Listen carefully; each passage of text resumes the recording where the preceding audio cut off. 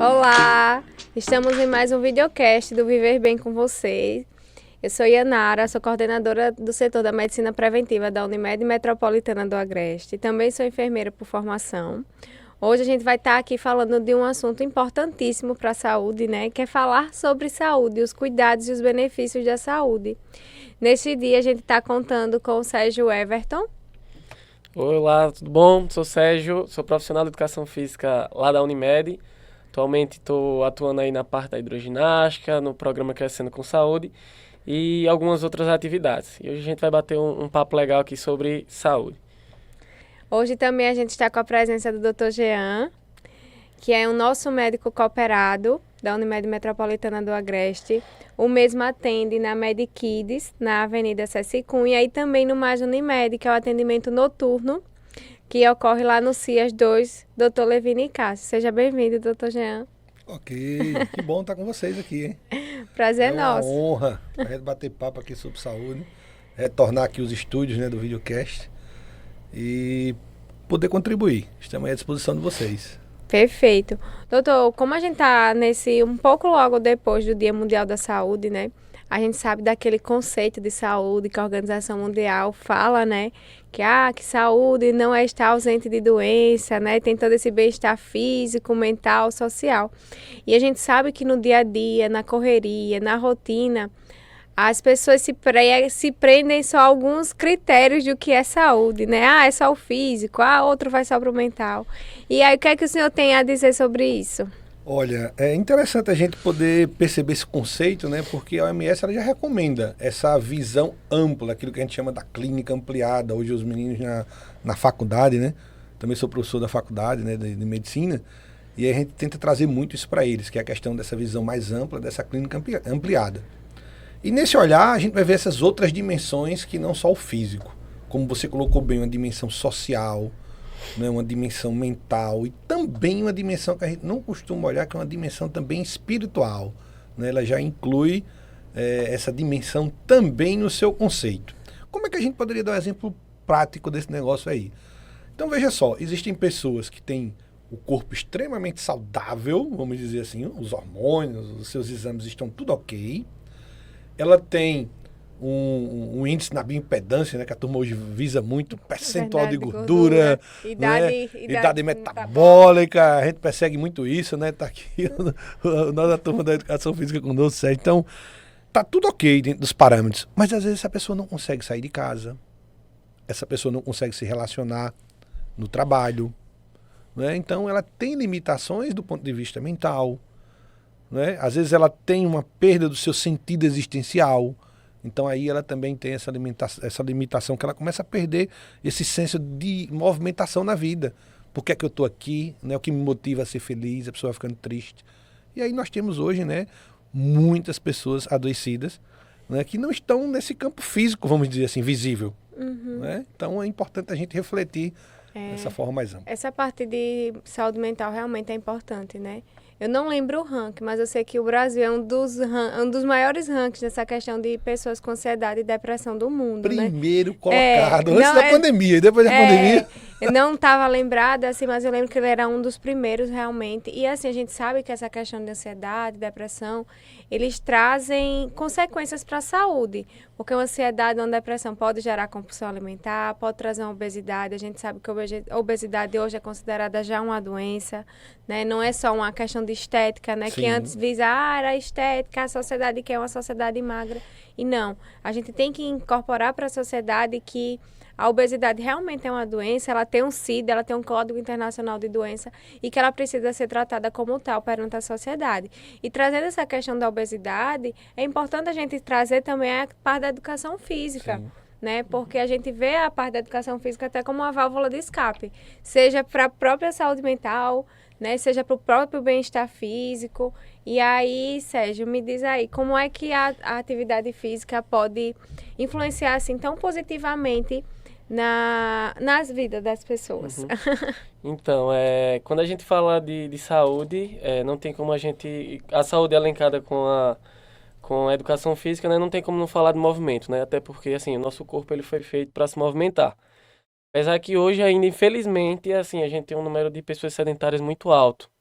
E também hoje é um dos motivos, né, que também vem matando boa parte da população. Eu vejo assim que a pandemia ela trouxe alertou as pessoas à importância e as pessoas assim têm dado a devida importância cada vez mais para a parte da educação física, né? As pessoas cada vez mais têm procurado se movimentar, não só visando a parte estética, mas como o doutor falou, a questão da saúde mental, a questão da parte social e que tudo isso a gente consegue trabalhar na parte da educação física, né? E aí a gente tem diversas atividades. A gente não pode se prender somente a um tipo de atividade. Ou seja, a educação física hoje ela tem inúmeras atividades. Então, assim, a desculpa que não existe, que uma coisa que eu não gostei de fazer e não vou fazer porque não me atraiu, isso não é desculpa. Questão de falta de tempo também, devido à rotina. Não é questão de desculpa, até porque hoje a gente tem, assim, uma rotina muito apertada, mas que se a gente se organizar, se a gente separa ali 20 a 30 minutinhos, pelo menos do nosso dia a dia, a gente já consegue, assim, dar um up na nossa saúde, né? Isso. E atrelado, doutor, que o Sérgio falou, a obesidade ela traz outras doenças. Sim. E aí, quais os cuidados que a gente deveria ter, né, para tanto prevenir, vamos dizer assim, quem tem obesidade, para prevenir outras doenças que podem estar atreladas a ela? Olha, é importante a gente entender alguns dados, né? O Sérgio trouxe uma coisa muito interessante. Nós estamos também, o ranking brasileiro, Tá difícil, né? o ranking brasileiro de saúde às vezes nos assusta. Como a gente falou, a ansiedade, né, tá aí, antes da pandemia já era o primeiro no mundo. Quando a gente fala também, um levantamento a nível de Brasil que foi feito também, ali antes da pandemia, no iniciozinho, falava que o Brasil é um dos mais sedentários do planeta também, né? E pasmem vocês, né? Eu acho interessante isso, que o nosso estado, Alagoas, né, era o mais sedentário do Brasil. Com tanta praia, com tanta, né, tanto um estado, uma facilidade, vamos dizer assim, da gente De se poder movimentar, se né? movimentar, porque a gente não vive, né, nas grandes capitais, né? Maceió, mas mesmo assim tem muita área para você fazer atividade física. Acredito nos novos, já estamos em 2024, pode ser que tenha mudado alguma coisa, tá? Mas ainda Uhum. a gente precisa estar atento. Por quê? Porque a atividade física, ela hoje, antigamente a gente estudava na faculdade e dizia, não, isso aí é para prevenir, né? Hoje é linha de Uhum. tratamento. Tratamento, hipertensão, né? Tratamento para ansiedade. Às vezes, por exemplo, tem pessoas que tomam remédio para ansiedade, né? Cada 10 pessoas, 2 a 3 se beneficia estritamente com remédio. E a atividade, ela, poxa, ela potencializa a recuperação, né? Da Uhum. pessoa ansiosa. Porque ela reequilibra esses hormônios. Então, muita gente não sabe disso, né? E aí dificulta, às vezes até evita fazer atividade física, né? Que aí vai trazer uma cascata maravilhosa. E aí, quando a gente fala da obesidade, né? A gente tem que entender, por exemplo, também tem um dado que há 2 anos falava que a obesidade nas crianças até 5 anos, né? Aumentou significativamente. Aumento. Hoje a gente pega, né? Minha esposa é pediatra, então a gente tem encontrado esses dados, por exemplo, como o lipidograma alterado, né? Já que era coisa acima dos 40, 50 anos, o lipidograma, o colesterol, né? O triglicerídeo já alterado nas idades mais precoces.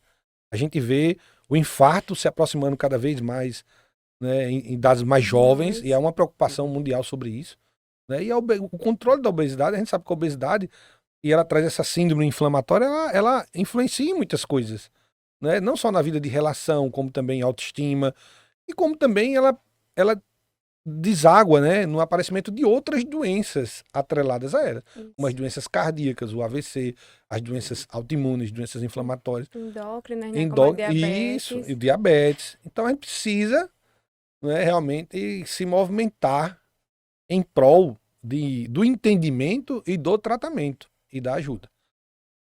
E fazer essa parte de prevenção, né, doutor? Assim, a gente Isso, sabe que o Brasil ainda é um país muito curativista, né? A gente isso. foi ensinado, aprendeu assim em faculdade, tá com isso, tô com dor de cabeça, é para fazer isso. A gente não aprendeu que é melhor, vamos dizer assim, a gente ouviu muito, é melhor prevenir que remediar. Mas a gente não tem esse costume, às vezes, de prevenir doenças, né? A gente não vê, assim, a atividade física como forma de uma prevenção, não vê uma alimentação mais saudável, mais colorida, com mais verduras, mais frutas, como uma forma de benefício, né? Às vezes as pessoas veem isso, isso é um sacrifício que eu estou fazendo hoje, né? E não vê a questão que é um aumento de qualidade de vida e até de longevidade. Vou trazer até aqui uma experiência minha pessoal. Antes da pandemia, acho que em finalzinho de 2019, eu tenho hipotireoidismo de Hashimoto desde os 14 anos. E sempre fui tratado direitinho. E eu engordei bastante depois da minha primeira gestação. Atingi um IMC de 30,1 e eu sou bem pequenininha.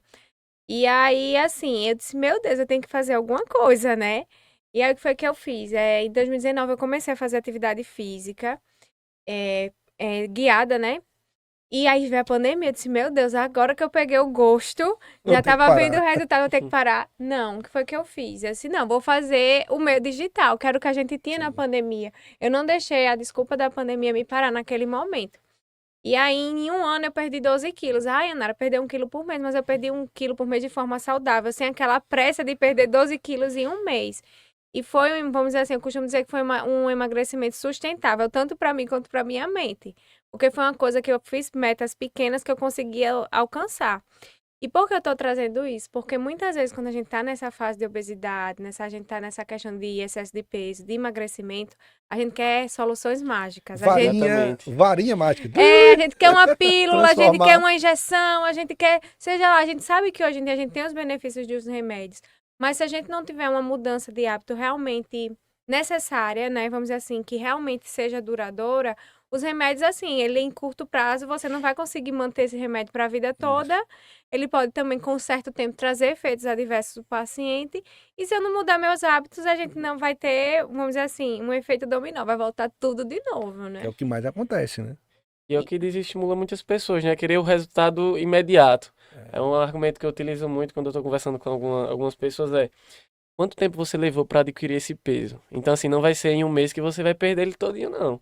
Então, assim, é um Isso. processo contínuo, né? Que a gente tem que mudar alguns hábitos no decorrer da nossa vida, né? Não é assim, uma mágica que vai É, acontecer do dia para a noite. Da mesma forma que ele demorou a chegar e foi se juntando ali, vai ser o mesmo processo para a gente eliminar aquele pezinho indesejado muitas vezes, isso. né? E aí foi assim, nessa pegada, assim, não, vamos com calma, vamos com pandemia mesmo, vamos fazendo. E depois eu engravidei, tive uma gravidez superativa. E depois da gravidez superativa, com 40 dias já voltei a treinar. Tudo Olha bem que eu aí. não consegui treinar como eu treinava antes, né?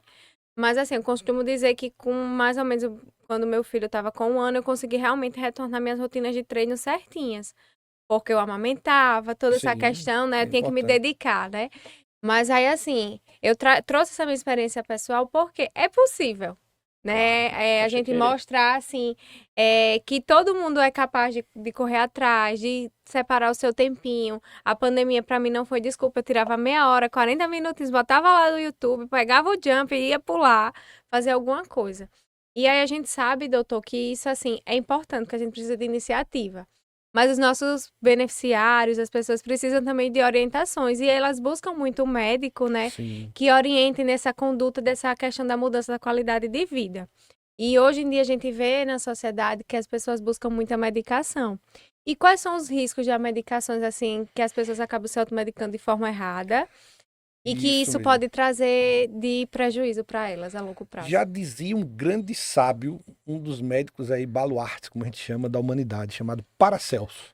O cara lá atrás, na Idade Média, ele já dizia: a diferença de uma medicação e de um veneno está na sua dose e na sua indicação. Então, às vezes, quando você se automedica porque o vizinho toma, né? E aí ele toma, aí ele lá diz que toma um comprimido, né? Mas aí você não viu as miligramas. Então, um comprimido, por exemplo, de uma determinada medicação psicotrópica, vamos dizer, um alprazolam, 0,25 miligramas. Você compra um de 2, às vezes conseguiu comprar de alguma forma, você está tomando ali uma dose extremamente alta que pode levar você, né, a ter complicações. Então, se você não estiver atento, você se automedica, porque ouviu alguém falar, veja que cada comprimido com o mesmo nome, ele pode ter diversas doses.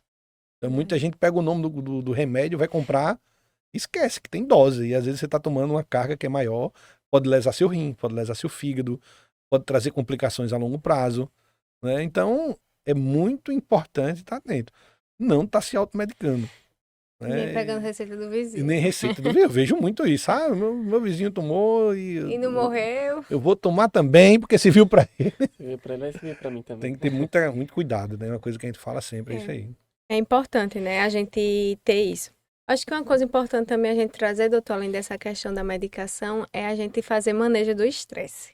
Ah, isso aí eu tenho que fazer toda hora, todo instante, o negócio E aí, é uma doutor, carga como é que a danada. gente tem como fazer assim uma dica que a gente possa ter esse controle do estresse? Que a gente sabe que o estresse, né, como a gente falou de saúde mental, interfere Isso. significativamente na saúde, né? Quando a gente fala hoje de estresse, a gente tem que ter uma coisa chamada neuroplasticidade cerebral. Tem muita pesquisa que fala sobre isso, né? E é realmente como é que eu, no meu dia a dia, eu estou usando a minha forma de pensar, de sentir, eu vou gerando essas novas conexões. Uma pessoa quando aprende, por exemplo, a nadar, né, ela vai se tornando cada vez mais ágil, Isso. né? Vai Então, adquirindo as habilidades com o decorrer isso, do tempo. quando você chega, né, uma criança jogando futebol, Uhum. vamos aproveitar o craque do momento, que é o Hendrick. Se você pegar ele com 11 anos, né, quando ele estava ali jogando, já era um espetáculo jogando, né?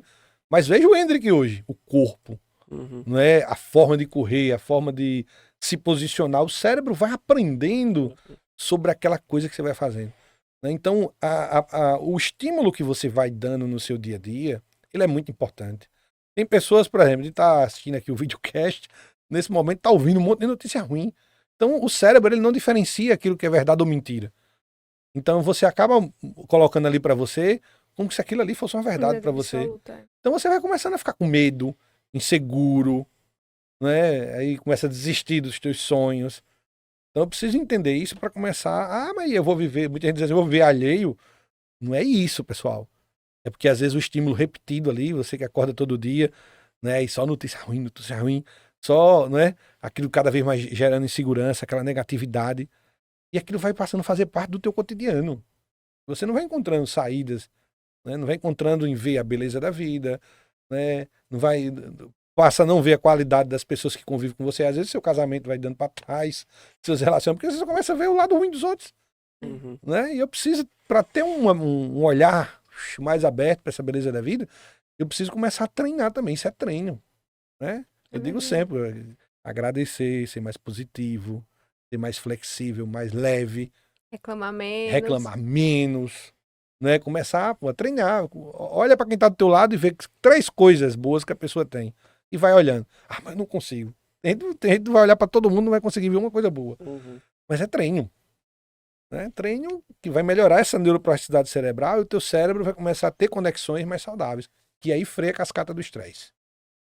Né? Porque E, doutor, nessa questão, antes de a gente chegar nessa cascata do estresse, existem alguns sintomas que o corpo pode alertar a gente que tá estressado? tem um slide que às vezes eu boto que a galera diz, rapaz, não acredito que eu tenho tudo isso. Ó, esses alertas que o corpo vai dando, tipo, vamos aos alguns mais frequentes. A cefaleia constante. Às vezes você, eu tô com... Tem gente que acha que tá com tumor, que tá com alguma coisa, às vezes a cefaleia, né, ela tem a ver justamente com essa tensão. Ela tem embarra, né? O pescoço vai ficando dolorido, aí você vai apresentando torcicolo, aquela dor no ombro, tem gente que vai chegar até na fibromialgia e outras coisas, porque vai enrijecendo e tanta tensão que você vai desencadeando no seu dia a dia. Aquela pressão, né, pro prazo, pro meta, aquela coisa do dia a dia, você vai colocando, introjetando isso nessa neuroplasticidade cerebral, você vai ficando assim. Outra coisa interessante é aquela pessoa que ela passa a dormir mal, né? Ela dorme, ela acorda, parece que passou um trator nas costas dela, aquela fadiga crônica, né? Parece que ela não dormiu. Tem aqueles que vão dormir e estão tão com a cabeça tão estressada, quando vai mudar a fase do sono não REM pro REM, ele acorda 3 horas da manhã sufocado, né? E não consegue dormir. Por quê? Porque aí não, o cérebro, que é um depurador, vamos dizer assim, né? Que ele regula as nossas toxinas, ele relaxa quando ele muda essas fases do sono. Você vai dormir com um monte de coisa na cabeça que ele não dá conta de filtrar. Então, é outra coisa também, né? Não só a insônia, como também esse sono entrecortado, você acorda. Os despertares noturnos, né? Despertares noturnos. Outra coisa interessante, muito frequente, é a irritação. É aquela pessoa que, poxa, era uma pessoa alegre, uma pessoa feliz, e ela começa a ficar irritada. Né? Começa a tratar mal os filhos, começa a tratar mal o esposo, os amigos de trabalho. Então a irritação também é outra coisa. Falta de concentração.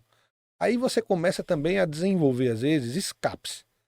Esses escapes que vêm dessa pressão, muita gente procura aquilo que relaxa. Aí o que é que relaxa muitas vezes? Alguns vão para medicações, alguns vão para bebida, porque o álcool relaxa, né? Então do happy hour, aí aquilo ali já começa a ficar uma coisa mais frequente. Ele começa a fazer happy hour todo dia. Só dorme quando começa E a comida ingerir. também, né? Aí uns vão para comida, né? Outros vão para compra. Eu digo sempre que o carteiro todo dia 30 chega. Aí agora tá mais tranquilo, porque quem tem celular, quando você comprou, já vem logo a mensagem assim. Aí tem uns agora que não estão indo muito para esse escape, não, porque ele já vê a mensagem, comprou e fica logo nervoso. Aí, então assim, é uma série de situações que a gente precisa estar atento.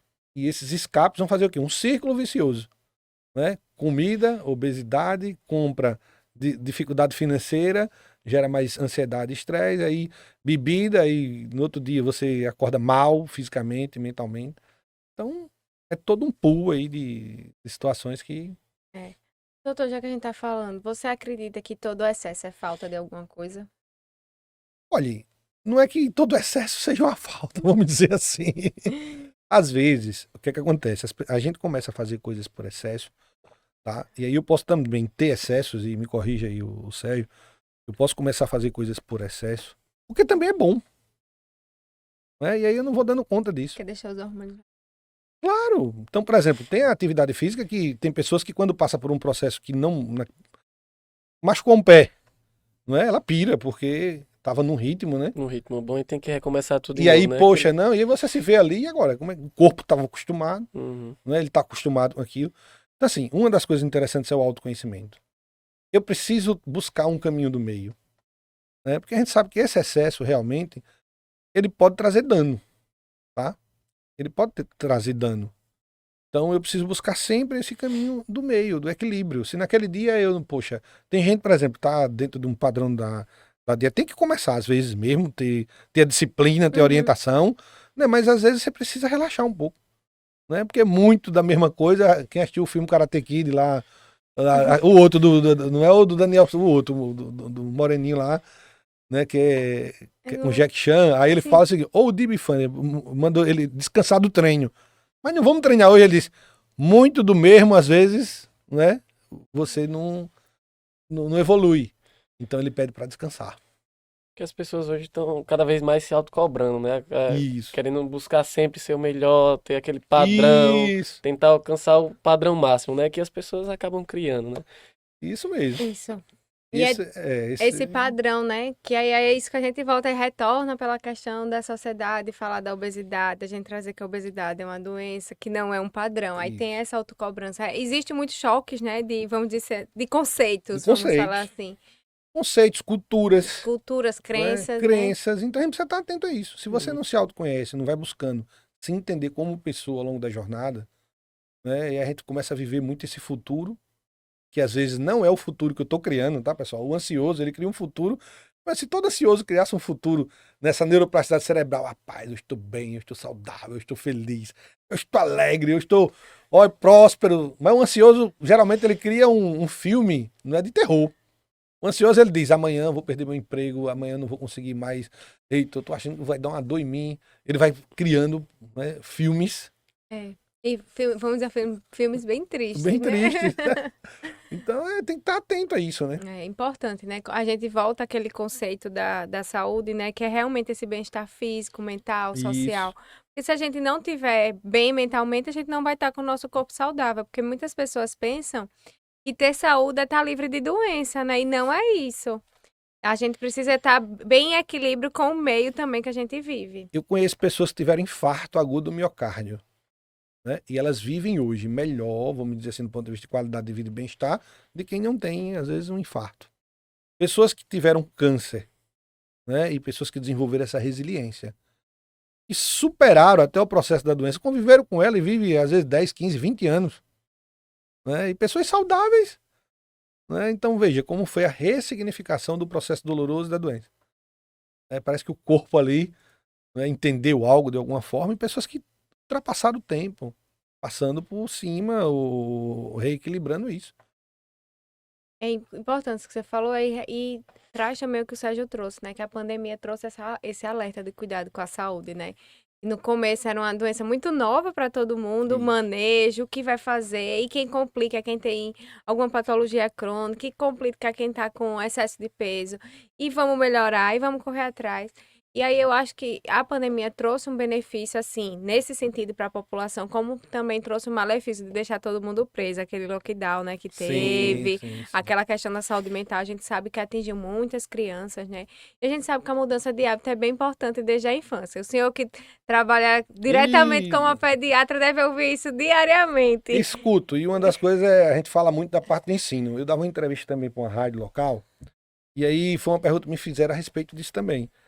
Cara, a gente viveu esse período da pandemia, eu cirurgião, e treinava as equipes do hospital, né, que ia receber os pacientes com Covid. Então, imagina, 2 semanas para gente treinar 400 pessoas. Com tudo novo, da gente se tremendo, né, na época, porque não sabia como é que ia ser, como é que não ia ser. Minha esposa é pediatra. Né, e a gente teve momentos de sair os dois de casa e meio a tudo aquilo ali, né, que os meninos olhavam pra gente e diziam, né, a gente ficava com aquela dor, né, sem entender. E eles, eu acho que no mundo deles diziam, será que papai e mamãe vai voltar? Né, então, vendo tudo aquilo. Quando eu lembro, ainda me dá vontade de chorar. E a gente chegava à noite, tirava a roupa, né? Que naquela época era aquela loucura. Tem E que tirar a aí roupa fora de e casa, né? botava dentro de um tanque, cara. E tomava banho gelado, 11 horas, meia-noite, na mangueira, né? Pra ir pra casa. Então, assim, depois meu filho na escola, ele disse, pai, eu quero passar um ano pra eu pensar. Mas a gente sempre cobra o menino termina que faça o Enem, que Faz tem que ter a profissão. E faculdade. naquele momento eu disse, mas o que é que eu entendi? Ele disse, eu não estou acreditando que já acabou. E aí eu tive que, poxa, vamos, né, vamos, psicólogo, eu sempre gosto, né? Vamos tratar, vamos ver o que é isso. Porque a gente veio de uma pandemia e às vezes isso tem a ver com um estresse pós-traumático que esses adolescentes vivenciaram. Cara, eu vivi o primeiro, segundo, terceiro ano na minha época e eu tenho lembranças maravilhosas. E esse menino passar 2 anos em casa, quase 3. De repente chega estudando ali no computador, acabou. Aí quando ele tava no auge assim de conviver com os amigos, de jogar bola, acabou. E agora eu vou para a faculdade. Então ele precisou de um tempo de maturação para fazer coisas que ele não fez no tempo dele. E às vezes, pessoal, hoje a gente está dando uma agenda maior para os nossos adolescentes do que a nossa própria agenda. A gente cobra cada vez em idades mais precoces, né? Que o menino, às vezes, aí, né, as nossas faltas, as nossas dificuldades, que eles preencham isso. Às vezes eu vejo isso com os meus filhos. Mas eu tô querendo que eles preencham a dificuldade, ou que não sofram, não passem.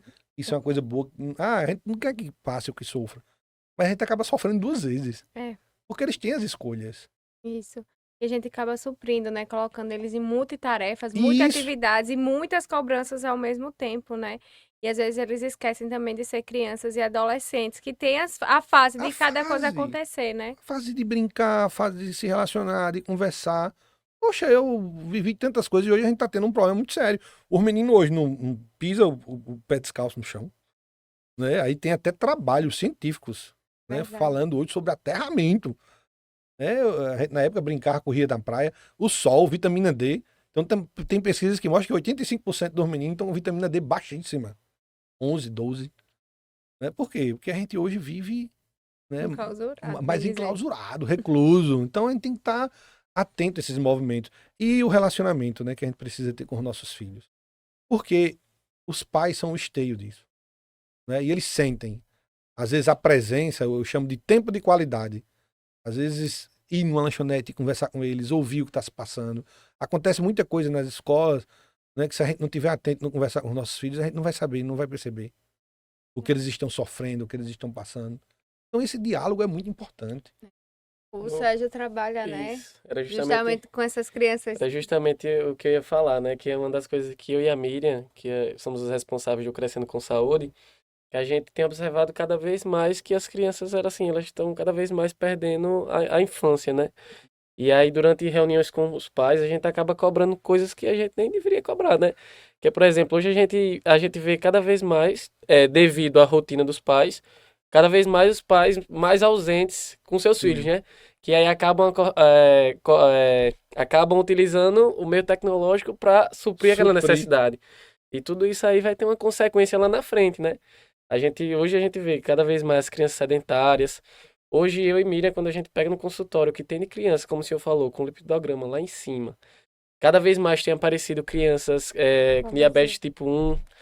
A gente tem acompanhado muito crianças com vitamina D baixíssimas. B12. B12. Eu que acompanho na parte da educação física, às vezes eu quero trabalhar uma parte luta, que eu vejo que o básico, às vezes as crianças não sabem. Não conseguem. Não sabem. Esses dias eu fui fazer a brincadeira do rouba-bandeira, tinha criança que não sabia. Queimado, teve Sabe criança nem que o que é não isso. tinha, não teve nenhum contato. Assim, criança de 7 a 12 anos, né? Que é o público que a gente trabalha. Então, assim, Crescendo com saúde. cada vez mais a gente tem observado isso assim, se torna preocupante, né? E partindo para o lado da questão da alimentação, outra coisa que a gente vê é que os pais não conseguem fazer uma refeição com as crianças. Isso acaba impactando. Tem um trabalho científico que fala sobre isso. Entendeu? Tem um trabalho científico que fala sobre isso. Que ele diz o seguinte: os pais que fazem apenas uma refeição com os filhos, tá? Os filhos têm menos transtornos mentais. Depressão, pânico, ansiedade. Então, realmente, isso aí que você fala, do seu olhar, mas a ciência já fala sobre isso. E assim, a gente vê o quanto a gente está crescendo, né? A gente sabe que o Crescendo com Saúde, né, é um projeto que existe na Unimed há mais de 15 anos, né? Que é essa questão da mudança de hábitos desde a infância.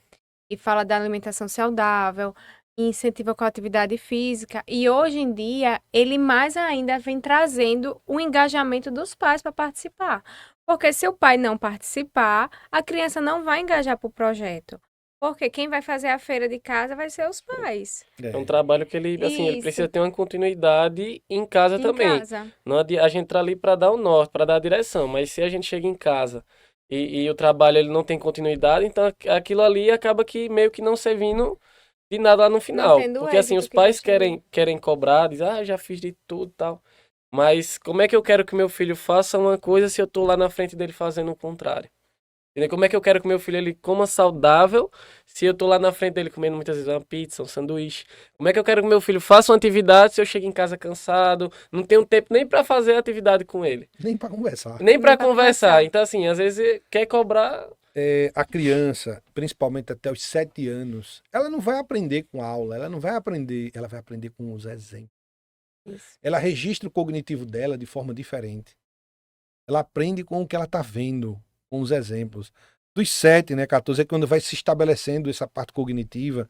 Aí é que ela vai pegar aquilo que ela aprendeu e ela vai começar a praticar. Entendeu? Aí ela vai começar a aprender de uma forma diferente. Então precisa estar atento a isso. Se os pais não tá nessa linha, né? E aí uma outra pesquisa que eu chamo a atenção, na Europa os caras estudaram 15 anos para entender como é que diminuía alcoolismo nos adolescentes, né? Como é que diminuía também o uso de droga. Estudaram isso tudo para dizer duas coisas importantes que eles descobriram: família e atividade física, esporte, né? Porque o esporte, pelo menos quando eu era lá da escola, eu aprendia a tocar a bola, né? Eu aprendia quando jogava só, e na vida a gente não vai conviver só, né? Então você aprende muita coisa. O esporte pode ser extremamente importante, né? As artes marciais e várias outras atividades que você falou. Trabalha muito a disciplina, né? Principalmente na Isso. questão do esporte, a gente trabalha muito Disciplina. disciplina. Principalmente na parte de arte marcial, né? Isso. Isso. E se não tem disciplina, aí a pessoa... Além da disciplina, assim, eu acho que o esporte ele traz muito benefício, né? Porque ele traz socialização, Isso. traz o respeito com o outro, das diferenças. Eu não era muito boa em esporte, não vou mentir, mas eu fazia ginástica rítmica e balé. Fazia. Mas assim, eu não quis dizer assim, esporte de bola, essas coisas não era muito minha praia, não. Mas eu não conseguiria fazer ginástica rítmica, fazer todo mundo igual. Mas aí, assim, eu lembro muito bem, eu já fui para a seleção alagoana de ginástica rítmica, tive que sair porque tive que fazer um tratamento de hormônio, não podia, porque eu era muito pequenininha, era raquítica, vamos dizer assim. E aí eu tive que sair da seleção alagoana, que eu fui selecionada na época. E eu tenho muitas memórias disso, porque eu vejo hoje em dia que não tem mais esse amor pelo esporte que os colégios traziam. Hoje em dia, querendo ou não, o aluno para a escola, não sei se todas assim, espero que não, mas é aquele aluno que passa na faculdade, É a idade precoce. É o que eu vejo no futebol profissional, né? O menino com 11 anos agora já tem que ter um contrato com a Nike, um contrato não sei o quê. É o menino agora, né, da escola que já tem que passar no curso tal, não tem que estar... Isso, na faculdade X. E assim, e às vezes eles deixam de ser criança, né? São sempre cobrados a sempre fazer mais, fazer mais, fazer mais. E às vezes não tem uma atividade contraturno mais lúdica, uma coisa que é necessário para o entendimento até dele, como o senhor falou, de crianças até 7 anos, que o exemplo, né? A gente sabe que aquela palavra convence, mas o exemplo é que arrasta. Isso. E aí, assim, que é importante a gente trazer isso. E voltando aqui para o Crescendo, que é justamente isso que a gente faz com as crianças, é mostrar a alimentação saudável de forma lúdica, Isso. através de gincanas alimentares, de interação social. Isso, assim, é importantíssimo, Fantástico, né? A fantástico. gente trazer isso para os nossos beneficiários da Unimed Metropolitana do Agreste, de 7 a 12 anos, que a gente faz esse trabalho. Fantástico. E a gente sabe o êxito, né, que a gente tem de Uhum. crianças. Tem criança que entra com seletividade alimentar, já sai, eu comi isso, eu comi jaca e gostei. Nunca tinha comido jaca. Rapaz, a gente comia isso antigamente, né? Debaixo da árvore, Na bem árvore, dizer. ia passando, era azeitona, castanhola. Quem é da minha época aí sabe, Colégio Bom Conselho ali em frente, a gente corria atrás pra comer azeitona, castanhola. Chegava e não faltava nada, era um negócio. Hoje é para os meninos pôr uma fruta, é mais difícil. É mais complicado, difícil. Cada vez Ai. mais a gente tem recebido esse tipo de público. Cada vez mais seletivo. Mais seletivo. E todo ganho que a gente tem que Tem que comemorar, né? comemorar. Porque assim, Mas às tem que vezes ser. a gente já escutou muito relato de muitas mães, que é de algumas, como é que eu posso dizer? Alguns ganhos que a gente já teve com várias crianças aí, que não consumia determinado tipo de alimento e acabou consumindo. Eles chegam e dizem, o que é que vocês fizeram? Porque eu já tentei de tudo e nunca consegui. Às vezes é só a forma como a gente vai trabalhar ali, a metodologia que a gente está utilizando, né? A forma de manejar. Até porque a gente tem que lembrar que é uma criança, a gente está trabalhando com uma criança. Então, assim, a partir do momento que a gente usa uma metodologia que não é adequada e a gente fica insistindo naquilo, isso ali vai causar um trauma Eu na lembro criança. na época, na escola, pega uma criança, coloca ela para plantar o feijão, para ela regar. Né? No dia que der o feijão, ela vai querer comer aquele feijão, né, com alegria, com felicidade. É verdade. E aí é por isso que a gente traz que essa mudança de hábito, esse busca com a saúde, ela tem que ser feita desde a infância. A gente sabe que a infância é a base da nossa vida, né? Tudo que a gente constrói na infância, como a gente lembra aqui vamos dizer assim, saudosos, assim, lembra da infância da gente, a gente também, as crianças que têm traumas de infância, lá na frente vão lembrar dos traumas e que isso Sim, pode prejudicar repete, para a né? vida adulta, né? Com certeza. E aí é por isso que a gente fala tanto dessa mudança de hábito desde a infância. E na fase adulta, a gente também tem que ter esse cuidado, né? A gente exige, a gente sabe que na correria a gente vai optar por um fast food, né? Isso. E a gente sabe que esses fast food, né, doutor? Muito rico em sódio, aí além da obesidade traz uma hipertensão, Um uma bocado de gordurinha no coisa. fígado. Muita coisa. A gente sabe, pessoal, que a gente tem os efeitos genéticos. Tá? Quando a gente fala de saúde, a gente não pode descartar que a genética ela avançou muito nos últimos 15 anos. Desde o projeto Genoma, né? Hoje a gente tem estudos hoje tá, com corte de fitas de DNA, que é o método CRISP, né? Isso vai ser uma revolução no futuro. A gente não sabe como que isso vai caminhar, mas a gente tem hoje uma coisa chamada epigenética, tá? Que era uma coisa que a gente estudava Mendel lá e Darwin, não dava muito valor a Lamarck. É Lamarck verdade. era o cara da biologia, que a girafinha esticou tanto o pescoço, né? Que aí, para comer, aí os filhos, de tanto esticar o pescoço, nasceu com um pescoço grande. Isso chama as expressões epigenéticas. Né? Então, às vezes, você vai nascer com um código, tá lá, né, aquele códigozinho, como se fosse um celular. As redes sociais, mas elas abrem só? Não. Você tem que clicar. Então, você nasce no teu DNA com aquela estrutura de código lá que está dizendo o seguinte, olha, aqui é hipertensão, né, aqui é diabetes, mas só vai abrir se você fizer isso. Às vezes fumar, às vezes beber em excesso, comer muito sal. Então, o meio regulando todo esse processo. Então, a epigenética ela traz muito esse condicionante de que nós somos também artífices da nossa saúde. Tá? Então, às vezes, uma doença que está no meu código genético ia aparecer com 40, 50 anos, eu posso botar ela para aparecer com 70, 80. Né? E viver mais qualidade de vida. Temos que acabar com essa história de que eu não posso ficar doente, não vou ficar doente. Todos nós, na grande maioria da vida, já esteve em algum processo físico e poderá estar. Agora, como que eu vou encarar esse processo e como que eu posso postergar isso? Tá? E talvez nem apareça, se for o caso. É os fatores modificáveis, né, doutor? Que a gente Isso. pode trazer, assim, a gente tem muito estudo que fala até que o aparecimento de um câncer de mama, né, fazendo o câncer que mais acomete as mulheres aqui no Brasil, o segundo, né, que o primeiro é o câncer de Sim, pele não ainda é o de melanoma, pele. né? Mas o câncer de mama, a gente sabe que até 27% de chance de reduzir o aparecimento. Não quer dizer, porque eu faço os fatores modificáveis que eu Isso, não que eu venho não a venho ter. adoecer. Posso Mas eu ter. posso reduzir aí uns E 27%, posso os estudos. empurrar e não Posso vir, empurrar quem sabe? justamente desse jeito. E aí é por isso que é importante a gente trazer isso, né? Esse controle do excesso de peso, controle Tudo de isso. alcoolismo, evitar o tabagismo, né? Ter cuidado com a alimentação. O pessoal fala, ah, mas isso é tão repetitivo, então, mas é repetitivo mesmo, porque é isso que faz a gente não E adoecer. além de, mas é repetitivo porque muitas vezes a gente não tá fazendo. Isso. Eu vou nos treinamentos, eu pergunto principalmente a galera da saúde. Quem aqui faz atividade física 5 dias na semana, 30 minutos, como manda a OMS? Um levanta, dois, Eu vou levantar porque eu faço. olha aí. Eu também, Eu vou então, levantar porque eu faço. dois. Né? Então, poxa, vai ter que repetir, porque isso a gente não tá fazendo. Eu pergunto a você que está nos assistindo agora. Quantas vezes você faz atividade física na semana? No mínimo, você teria que fazer 5 dias, 30 minutos por dia, no mínimo. No mínimo. Só isso, né, a própria Organização Mundial de Saúde já ajuda aí em mais ou menos 85%, né, a questão do adoecimento. Quando você coloca aí a questão da reeducação alimentar, quando você coloca essa questão de gerenciar, né, o teu dia a dia com outras situações, poxa, você já está botando esses aplicativos, né, que iam abrir agora lá para frente. E é importante a gente trazer isso, porque a gente sabe que a saúde a gente vai buscar assim, né? Tijolinho por tijolinho. Não Isso. vai ser pílula mágica, injeçãozinha, varinha, nada. Vai ser assim, tijolinho por tijolinho. A gente sabe que prevenção a gente vai conquistando, né? Até mesmo porque a gente, para mudar um hábito, até uma propaganda da Unimed, né? Uma campanha da Unimed que é da campanha de cada passo é movimento.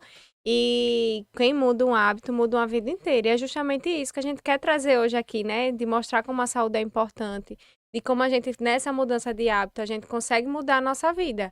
Porque a gente sabe que a gente mudando nesses hábitos que a gente tem, esses fatores modificáveis, a gente vai aumentar a qualidade de vida, aumenta a longevidade, né?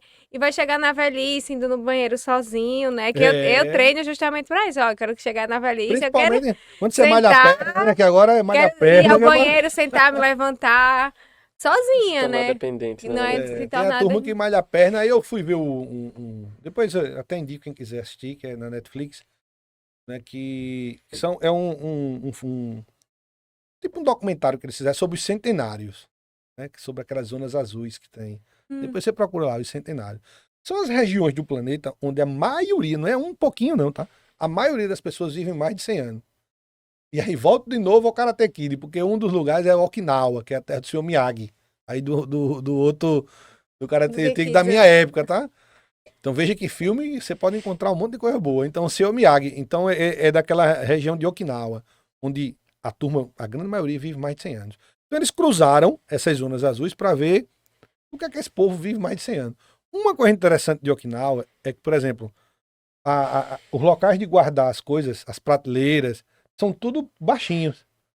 Então todo mundo todo dia tem que, quando quer uma coisa, tem que sentar e levantar. Então o cara faz agachamento para tudo. Fechamento, né? Então lá é um dos lugares que menos as pessoas morrem de queda, porque eu trabalho na emergência, mas o que chega de idoso, um problema de queda, então o cara tá lúcido, tá entendendo? Ó, a mente perfeita, aí é o contrário, aí por conta de uma queda, fratura o fêmur, aí tem um monte de complicação.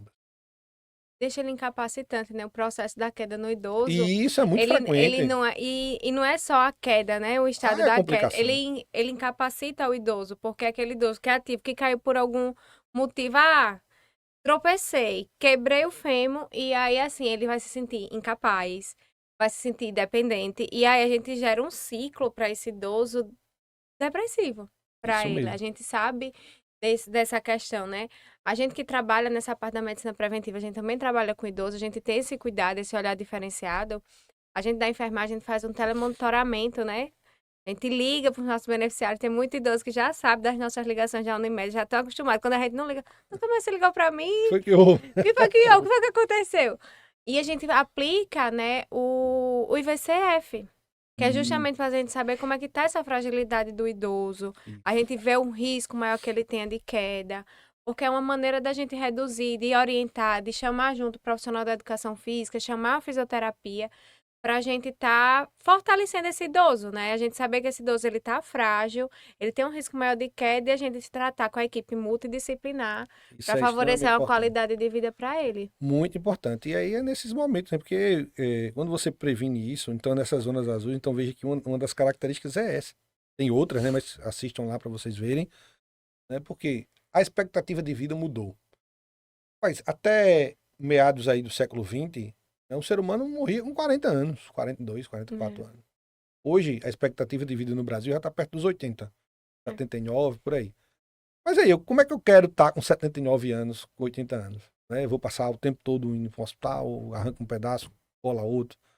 Né? Então, quanto mais eu faço com que essa expectativa de vida aumente, e eu também aumento a minha qualidade de vida, eu vou estar com 70, 80 anos, né? Bem, sem precisar tanto desses cuidados mais curativos, né? Passando pelas adversidades, nós vamos passar, mas né, tentando aí lidar melhor com essa situação. Mas ser pontuais, né, doutor? Ser pontuais no seu ser rotina, rotineiro. Né? Realmente. Isso mesmo. A gente sabe que na rotina do dia a dia, né, essa pressão de trabalho, a rotina, cada vez a gente buscando umas coisas para fazer, tem que trabalhar, tem que estudar, tem que treinar, enfim. A gente acaba negligenciando um pouquinho o nosso sono. Isso mesmo, pouquinho não. Que ser simpática. Tá simpática. Ó, o brasileiro tem dormido menos, tá? Dados estatísticos também falam que o brasileiro tem dormido menos. E esses dados que eu trago aqui, tudo antes da pandemia. Depois da pandemia, tudo vai. Esses dados estão mudando. E mudando, assim, né, infelizmente, para pior. Porque na pandemia, o sentimento que mais predominou, né, no brasileiro foi o medo. E isso a gente sabe que influencia no nosso sono. Tá? Então, hoje, tem muita gente que tem dificuldade para dormir, tá? E aí fica dependente de remédios. E remédios que, às vezes, trazem complicações na sua vida de relação, ou seja, no seu dia a dia. Então, cuidar do sono, né? Se preparar para esse sono, eu digo que é algo muito importante. A gente não costuma também ter essa rotina de preparo para o sono. Então, tem gente, na hora de dormir, né, e é sensível ao café, toma um café. Aí tem gente que não consegue. Tem outros que tomam, não tem problema nenhum, mas tem uns que são sensíveis. Aí tem outros que na hora de dormir vai assistir o jornal lá, e vê uma notícia ruim, aí o cara já começa a ficar preocupado, não dorme. Fica muito tempo no celular. Ou vai, tela, né? Tela que atrapalha. Ou vai assistir um filme, né, animador, aqueles filmes agitados, aqueles filmes que deixam você... Então, tem que ter também uma preparação para esse sono. A gente sabe, pessoal, e aí tem um livro também que eu recomendo, que é o Porquê Dormimos, né? É um tratado de sono. E aí eles falam uma coisa muito interessante. Se eu passo muito tempo, ou seja, eu perco essa qualidade de sono, e o sono ele é esse depurador também, como fosse um filtro, ele reenergiza a gente. Quem já teve um sono de qualidade sabe quando acorda, né? Acorda, né, disposto, feliz, alegre. E quem já passou sem dormir no outro dia, aquela irritação, falta de concentração, né? Você fica com aquela coisa... Meu Deus, é terrível quem já passou por isso. Eu já passei por noite assim, né? Até porque como cirurgião, às vezes de trauma. Eita, doutor. Dormir, pessoal, é algo extremamente importante. E até em relação aos ganhos, né? Que o sono, ele assim, é um fator que é totalmente impactante. Principalmente o pessoal que pratica musculação, né? Muita gente pratica musculação e diz, não tô tendo o resultado que eu queria. Mas muitas vezes pode estar alinhado à questão do sono, né? Uma noite mal dormida. Isso mesmo. Que até durante o sono é que o nosso corpo ele vai estar trabalhando ali, principalmente na parte da hipertrofia, da musculação, do crescimento e tal. Então, assim, ter uma noite bem dormida, um bom descanso, ele é fundamental para que a gente obtenha os resultados na parte da atividade física, né? A gente vê muito isso na criança, né? A gente sabe que a importância do sono reparador para a criança justamente porque existe o aumento do hormônio do crescimento durante o sono, né? Eles trabalham mais e aí é importante realmente esse sono reparador desde a infância, né? E doutor, nessa questão assim, vamos trazer um pouquinho do check-up, né? Sim. A gente ainda está no início do ano, abril, ainda está nesse primeiro, finalizando o primeiro trimestre, iniciando o quarto mês, né, do ano.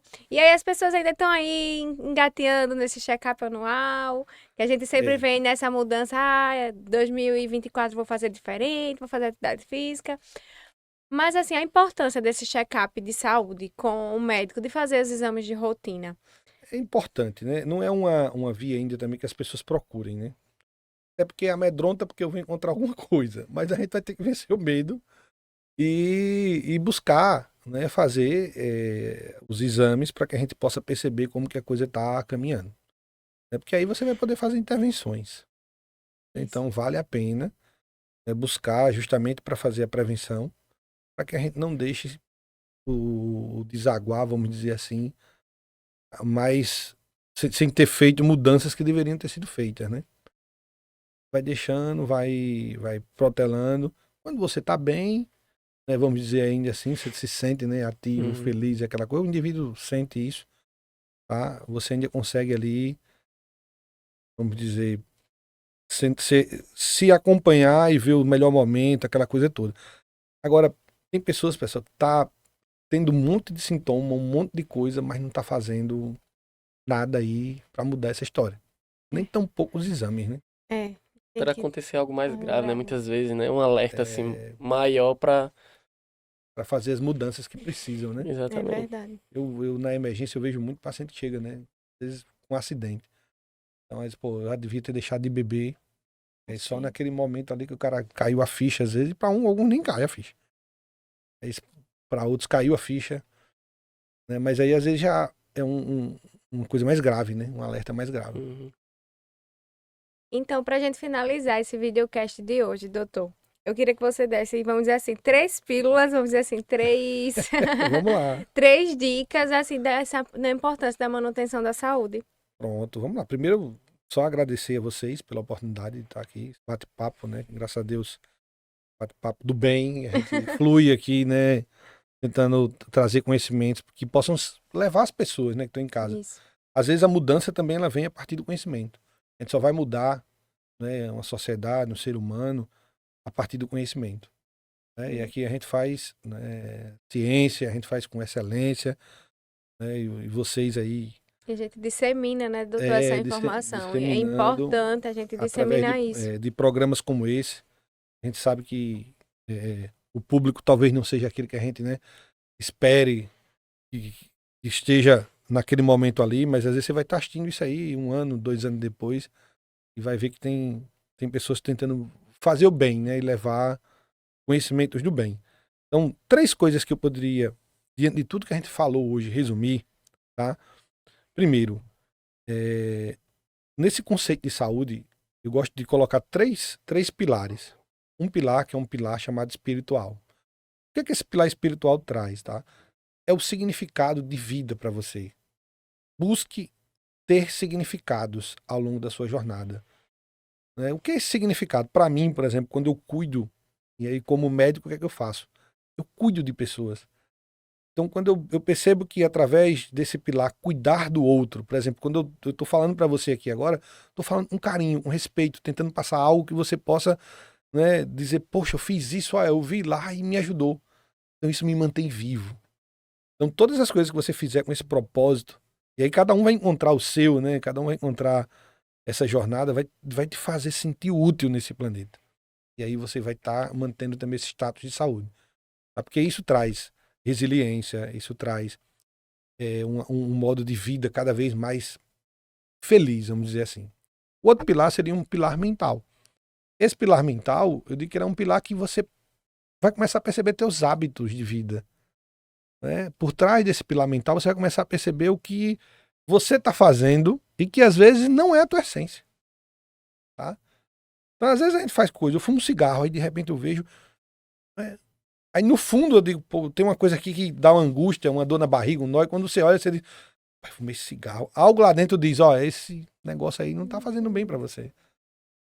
Mas aí quando alguém pergunta, você diz, não, eu fiz isso porque eu tava ansioso, tava nervoso. Então o pilar mental ele começa a mostrar teus hábitos, né? Você começa a ter mais amplitude e disciplina quando você começa a perceber esse pilar mental. Ferramentas que podem ajudar isso, a psicoterapia, né? Essas jornadas que você pode fazer para poder se encontrar melhor. E o pilar físico. O pilar físico eu digo que é o mais fácil, mas que a gente está distante ainda. O pilar físico é reconhecer esses sintomas, é fazer, não é, os teus check-ups, é buscar a atividade física, não é? A alimentação. Então, veja, são 3 caixinhas aí que se a gente estiver se movimentando, percebendo elas, a gente vai estar cada dia mais construindo saúde. Né? Então, pilar espiritual, percebe qual é a tua conexão, como é que tu está sendo útil na vida. Às vezes, para ser útil, não preciso construir nada, para ser útil, às vezes é entender o que eu faço na vida. Tá? Se eu sou um jardineiro, né? Poxa, como é que eu estou fazendo esse jardim? Com carinho, essa flor representa o quê? Oxigênio para mim, que maravilha. Então, pilar mental, como é que meus hábitos estão, né? Então eu tenho que ser honesto com os meus hábitos. E o pilar físico, né? Começar a trabalhar esse físico aí para poder se ajustar. Perfeito. Então você pega aí essas 3 pílulas de saúde, ó, coloca pra Colocar em dentro prática, né? e bota em prática pra gente ter mais saúde e longevidade. Agradeço, doutor, a presença do senhor no videocast de hoje. Foi maravilhoso falar sobre saúde com o senhor. Agradeço o Sérgio também por trazer essas dicas importantes da importância da atividade física na busca e na manutenção da saúde também. Eu aguardo vocês. Até mais.